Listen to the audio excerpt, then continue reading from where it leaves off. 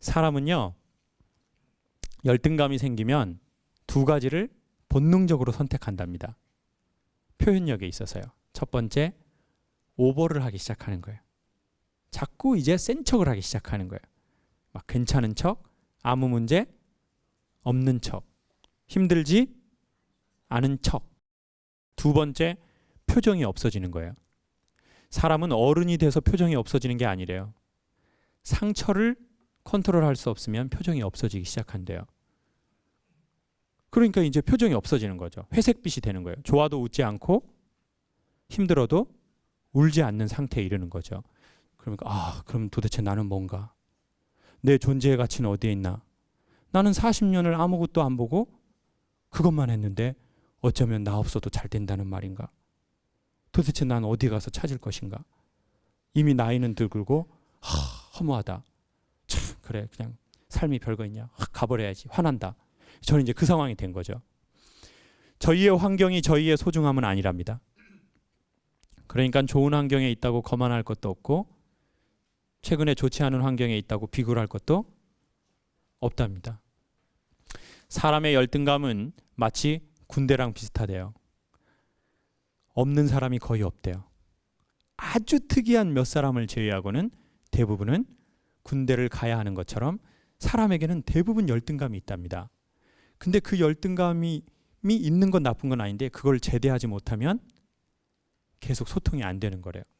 저희는 항상 수업에서 3분 스피치를 하거든요. 오늘은 남편한테도 얘기 안 한 제 얘기를 좀 하려고요. 사실 제 아내는 12살짜리 아이가 있어요. 그게 무슨 말인가요? 그랬더니 제가 30년 전에 서울에서 살았어요.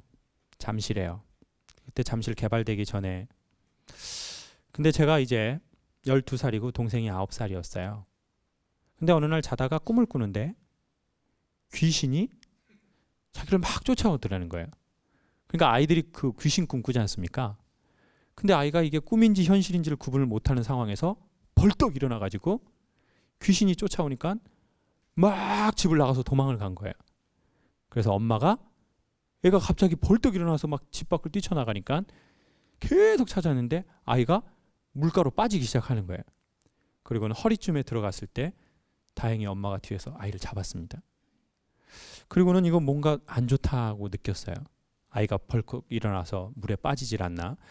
그래서 구술했습니다. 구술하고 그 해에 가족들이 물놀이를 갔는데 어떤 일이 벌어졌을까요?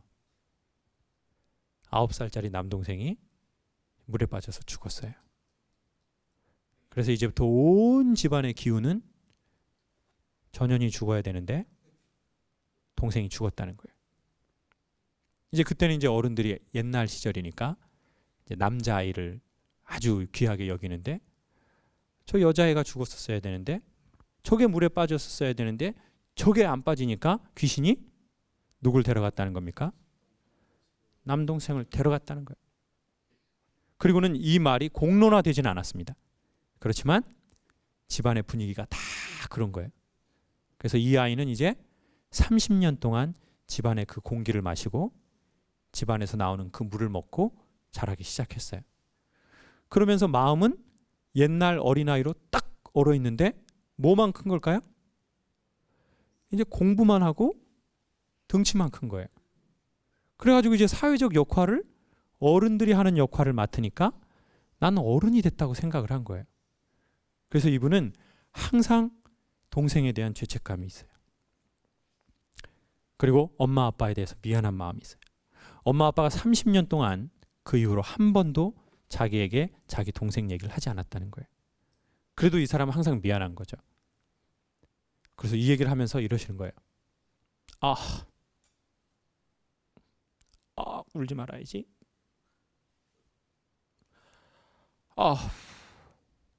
잘 참는다. 뭐 이러면서 자기 자신을 막 이렇게 이러는 거예요.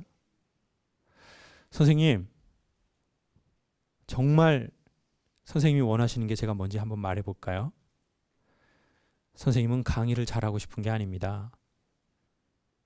선생님은 선생님 과거와 소통하시고 싶어서 이 늦은 밤에 여기 오시는 겁니다.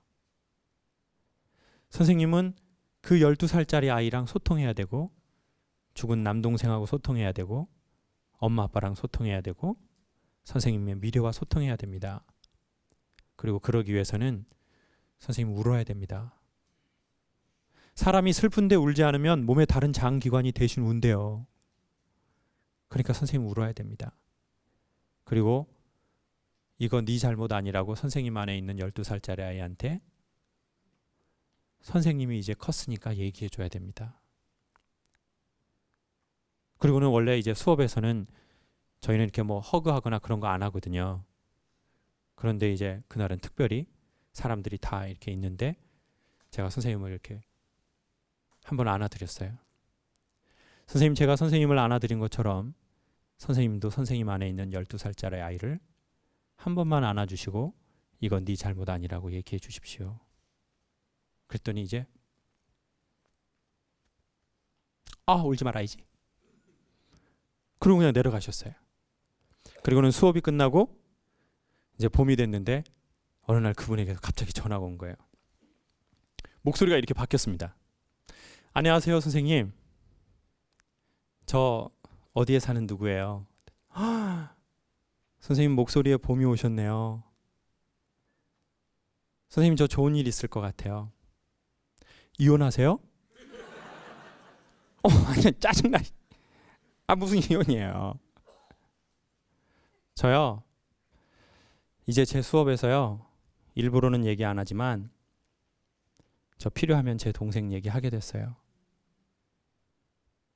그리고 진짜 기뻐해 주세요.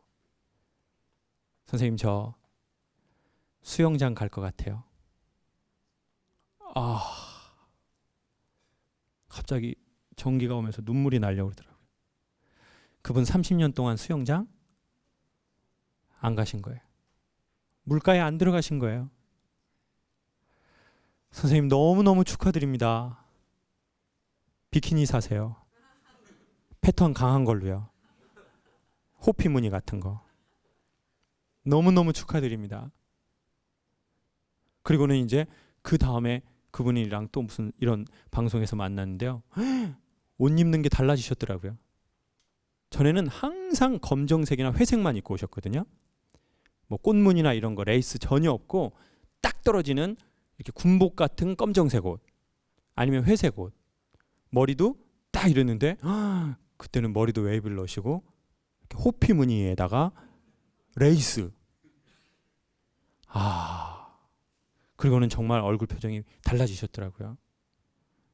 여러분, 소통의 첫 번째는 사람들과 하는 게 아니라 자기 자신과 자기의 과거와 하는 소통이 제일 먼저래요.